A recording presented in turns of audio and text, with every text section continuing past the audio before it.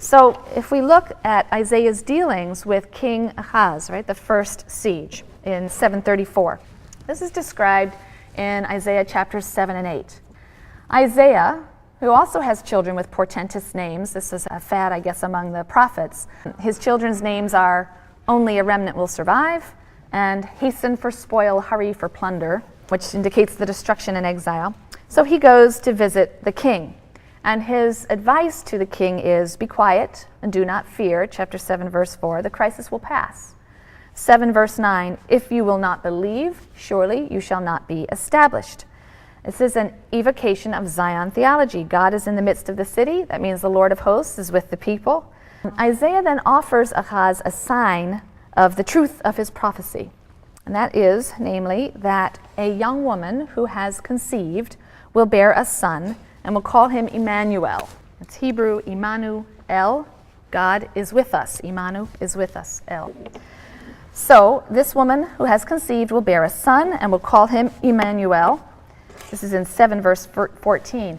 Now in the New Testament, Matthew in chapter 1 verses 22 to 23 takes this verse as a prophecy of the birth of Jesus. This is based on a Greek mistranslation of the word young woman as virgin. The Hebrew term that's used is not in fact the term for virgin, but it was translated into the Greek with the term that can mean virgin.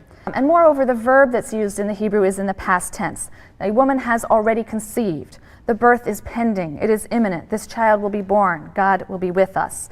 The identity of the woman that Isaiah is speaking about is a matter of some dispute. So some scholars take the verse as a reference to Isaiah's own wife. She's already had 2 children with portentous names, and now she's pregnant with a 3rd. But the others take the verse as a reference to the king's own wife, who will bear his son Hezekiah, King Hezekiah. There are some problems with chronology. It doesn't quite work out that he would be the right age. But the fact is, Hezekiah was a celebrated king. He did, in fact, manage to keep Judah intact against the Assyrian threat and kept Jerusalem from falling in the siege of 701.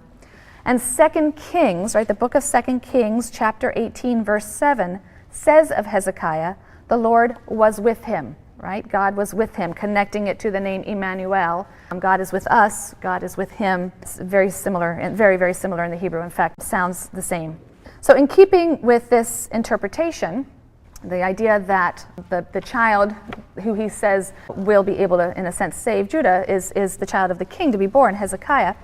In keeping with that, scholars see the famous verses in Isaiah 9 as praise of King Hezekiah. These verses are verses that announce, for unto us a child is born, a wonderful counselor, a mighty God, an everlasting Father, a Prince of Peace, referring then to an unending peace in which David's throne and kingdom are firmly established. And again, these verses have also been decontextualized and are utilized in Christian liturgies to this day, again as if they refer to the future birth of Jesus. In any event, Ahaz doesn't heed Isaiah's call for inaction, right? He says he should be doing nothing. How could any king really follow such advice to seek no political or military solution?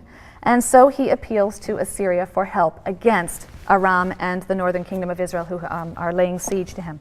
And this is a disastrous development in Isaiah's eyes.